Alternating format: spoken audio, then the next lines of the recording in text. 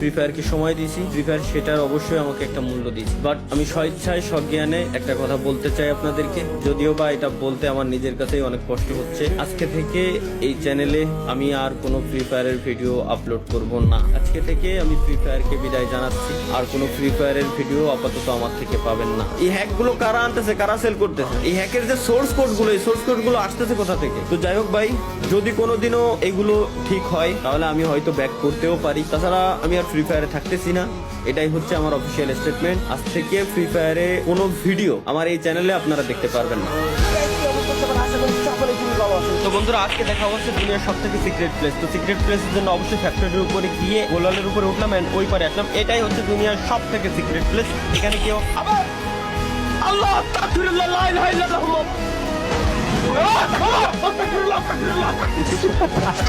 Last আমি একা সামনের থেকে গেল।